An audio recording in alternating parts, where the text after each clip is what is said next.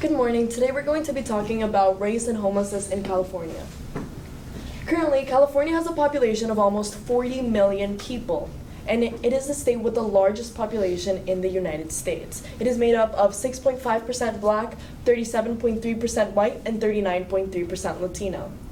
Out of that population, more than 150,000 people are homeless, and this number increased by 16.4% from 2018 to 2019, making it the state with the most homelessness, beating New York by 60,000 people and accounting for 1/4 of the whole nation's statistics. Out of this population of homelessness, it's 30% Black, 33.1% white, and 31.9% Latino. And being compared to the last pie chart that we showed you, California's population is only 6% Black. However, California's homeless population is 30% Black, which shows the huge discrepancy between the races. These numbers seem to level out when talking about the Latino and white population. However, it is important to note that according to research done by Carol North, who is a certified psychiatrist, racial minorities often become homeless due to socioeconomic factors compared to their white counterparts, who mostly become homeless due to internal factors such as substance abuse. Historical events such as slavery and the Mexican-American War has caused a mindset of racist ideologies and white supremacies for white people to create policies that provide racial minorities with a lack of opportunity, specifically in jobs, education, housing, and even unfair situations in the criminal justice system. These are all things that greatly affect homelessness now, but also economic factors affect racial minorities more, such as low income, unemployment, and poverty. And since according to research done by the Heriot-Watt University, poverty and homelessness are bidirectional, meaning that homelessness causes poverty and poverty causes homelessness. Since racial minorities are more affected by these things, they are more likely to become homeless. All of this led us to our research question: how does race affect the likelihood of homelessness in the modern-day state of California? And through research and our 4 lenses that are historical, social, economic, and political, we have found that race does in fact affect the likelihood of homelessness in California, and therefore programs and policies have to be implemented in order to reduce overall homelessness, but specifically the racial inequality that exists in such.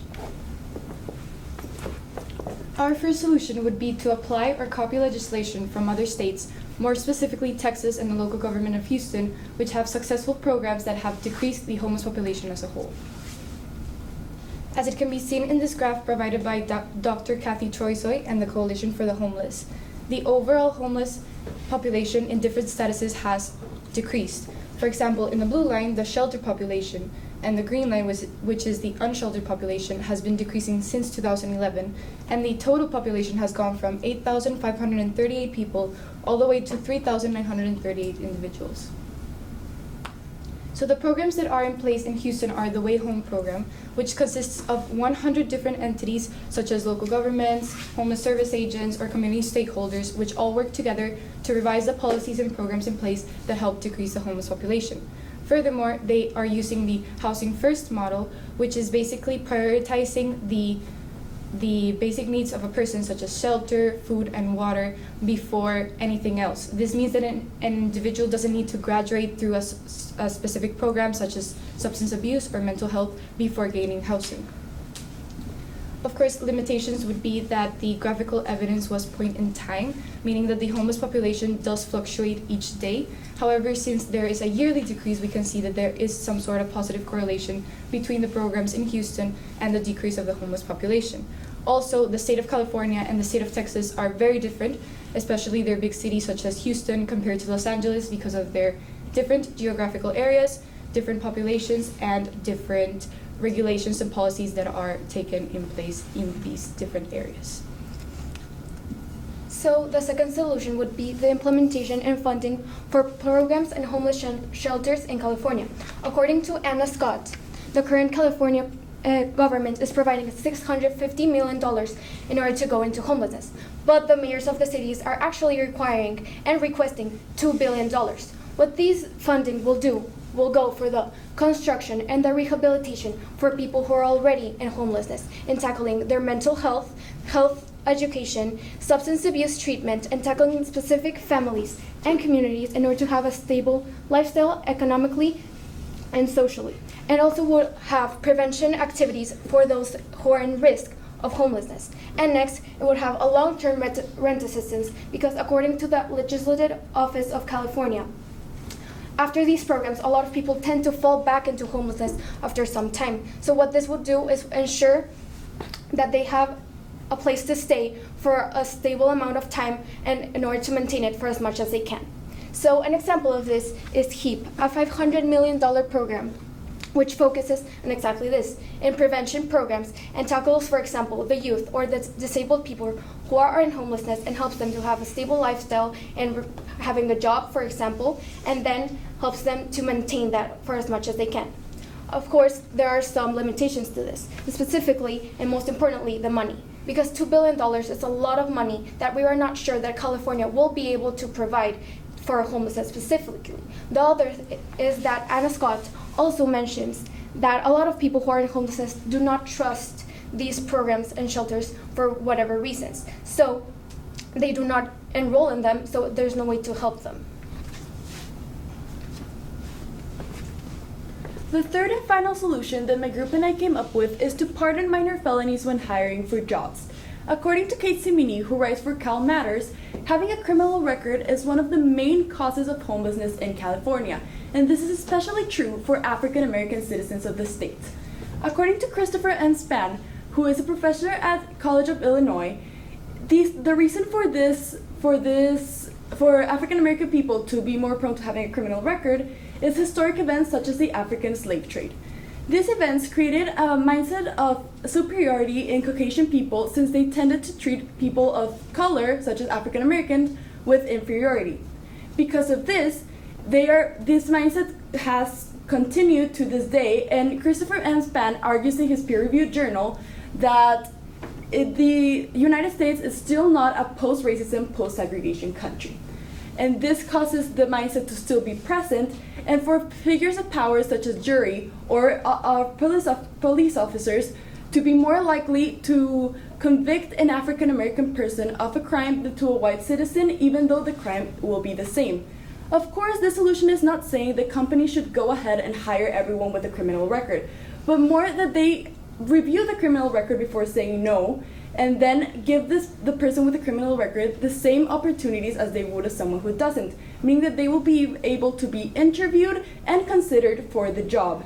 And this will really decrease the racial disparity in homelessness, since African Americans are more likely to have a criminal record, and this is the main cause of them being homeless. And as seen in Ana Julia's chart, which she presented at the beginning of the presentation, the African Americans are extremely disproportionate in homelessness compared to their actual population in California.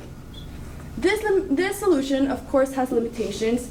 There are two very large ones. The first one being that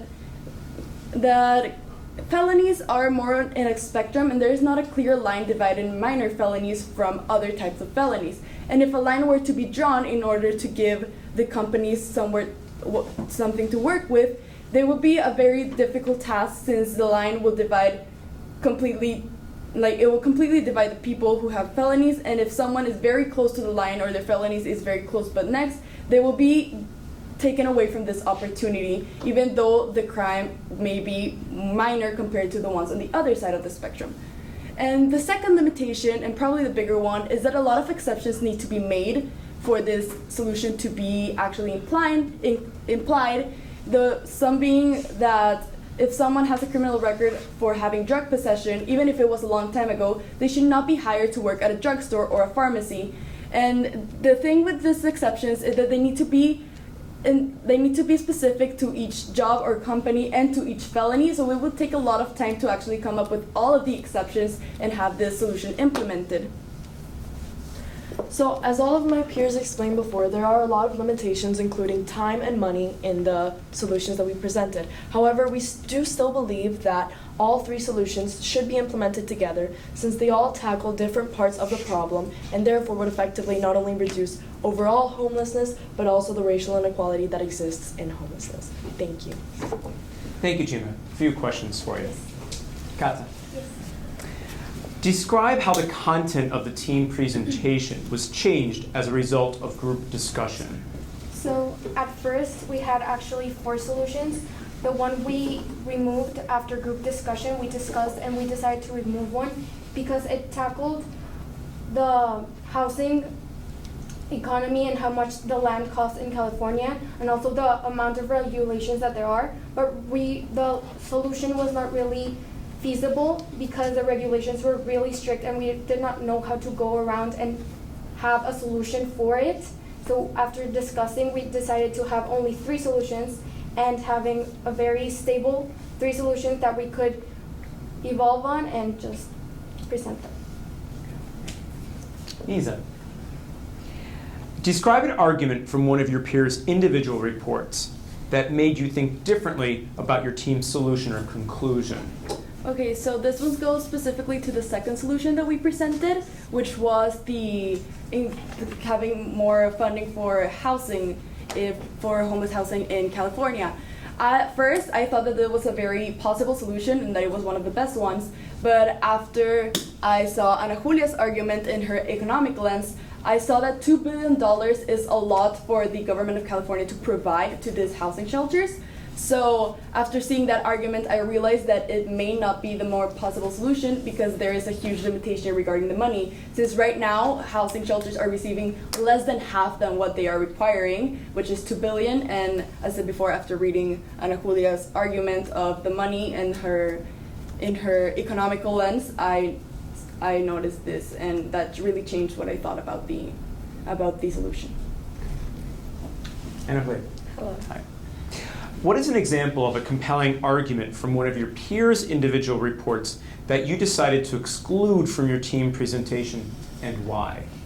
So one of the arguments that we decided to exclude was the fact that in Maria's paper, she argued that due to the fact that homeless people often have a lot of trouble registering to vote, a lot of political leaders did not have their needs in mind. We decided to exclude this that could be a plausible solution for our presentation because we had no way of changing basic laws in California that would be very complicated in order to facilitate homeless people being able to register to vote. Even though it was a great argument and we could have done something really good with that, it was too complicated for the amount of time that we had and the solutions that we already had included. Maria. Maria, give one specific way that your thinking changed as a result of learning about Isa's findings. So one specific way that my thinking changed as a result of learning about Isa's findings is that I didn't know that many historical aspects of these racial minorities are still present today. For example, Isa talked a lot about the Mexican-American War and how alongside the immigration status that some of these Latinos may have in the United States, altogether will cause them to have a lack of opportunities, which in turn may lead them to be homeless. And also with the African Americans, she talked a lot about the racism in the slave trade and how that has poured systematic racism towards the American society and how that has led African Americans to be more likely to be homeless. And so that changed my way of thinking. Thank you. Great job, team.